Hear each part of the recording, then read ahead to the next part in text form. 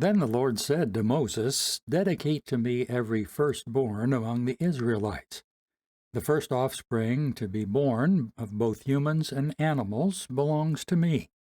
So Moses said to the people, "This is a day to remember forever, the day you left Egypt, the place of your slavery. Today the Lord has brought you out by the power of his mighty hand. Remember, eat no food containing yeast.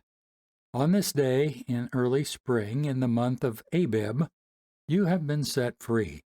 You must celebrate this event in this month each year after the Lord brings you into the land of the Canaanites, Hittites, Amorites, Hivites, and Jebusites. He swore to your ancestors that he would give you this land, a land flowing with milk and honey. For 7 days the bread you eat must be made without yeast. Then, on the seventh day, celebrate a feast to the Lord. Eat bread without yeast during those 7 days. In fact, there must be no yeast bread or any yeast at all found within the borders of your land during this time. On the seventh day, you must explain to your children, "I am celebrating what the Lord did for me when I left Egypt." This annual festival will be a visible sign to you, like a mark branded on your hand or your forehead. Let it remind you always to recite this teaching of the Lord. With a strong hand the Lord rescued you from Egypt.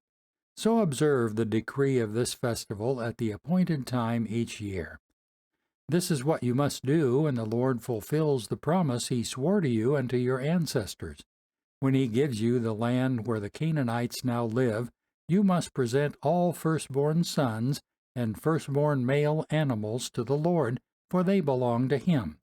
A firstborn donkey might be brought back from the Lord by presenting a lamb or a young goat in its place. But if you do not buy it back, you must break its neck. However, you must buy back every firstborn son. And in the future your children will ask you, "What does all this mean?" Then you will tell them, "With the power of his mighty hand the Lord brought us out of Egypt, the place of our slavery. Pharaoh stubbornly refused to let us go, so the Lord killed all the firstborn males throughout the land of Egypt, both people and animals. That is why I now sacrifice all the firstborn males to the Lord, except the firstborn sons are always bought back. This ceremony will be like a mark branded on your hand or your forehead. It is a reminder that the power of the Lord's mighty hand brought us out of Egypt." When Pharaoh finally let the people go, God did not lead them along the main road that runs through Philistine territory, even though that was the shortest route to the Promised Land. God said if the people are faced with a battle, they might change their minds and return to Egypt. So God led them in a roundabout way through the wilderness toward the Red Sea. Thus the Israelites left Egypt like an army ready for battle. Moses took the bones of Joseph with him, for Joseph had made the sons of Israel swear to do this. He said, "God will certainly come to help you. When he does, you must take my bones with you from this place."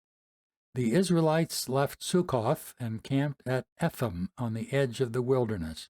The Lord went ahead of them. He guided them during the day with a pillar of cloud, and he provided light at night with a pillar of fire. This allowed them to travel by day or by night, and the Lord did not remove the pillar of cloud or the pillar of fire from its place in front of the people.